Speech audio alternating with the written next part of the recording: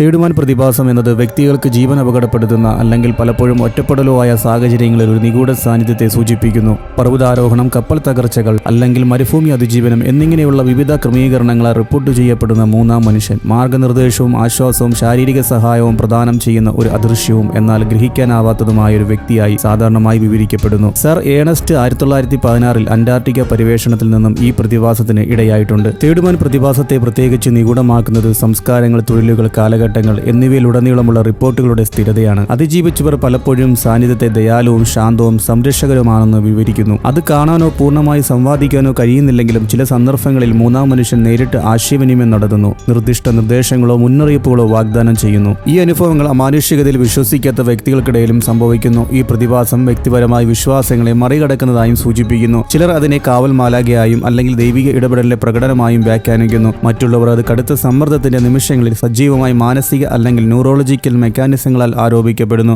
ഈ സിദ്ധാന്തങ്ങൾ ഉണ്ടായിരുന്നിട്ടും ഈ പ്രതിഭാസം പൂർണ്ണമായി വിശദീകരിക്കപ്പെടാതെ തുടരുന്നു. ഈ ശാസ്ത്രീയ അന്വേഷണത്തിനും മെറ്റാഫിസിക്കൽ ഊഹക്കച്ചവടത്തിനും ഇടം നൽകുന്നു. മനുഷ്യാത്മാവിന്റെ പ്രതിരോധശേഷിയുടെയും നിരാശയുടെ മുഖത്ത് പ്രത്യാശ ഉണർത്താനുള്ള അതിന്റെ നിഗൂഢമായ കഴിവിന്റെയും തെളിവായി തേടുമാൻ പ്രതിഭാസം ആകർഷമായി തുടരുന്നു.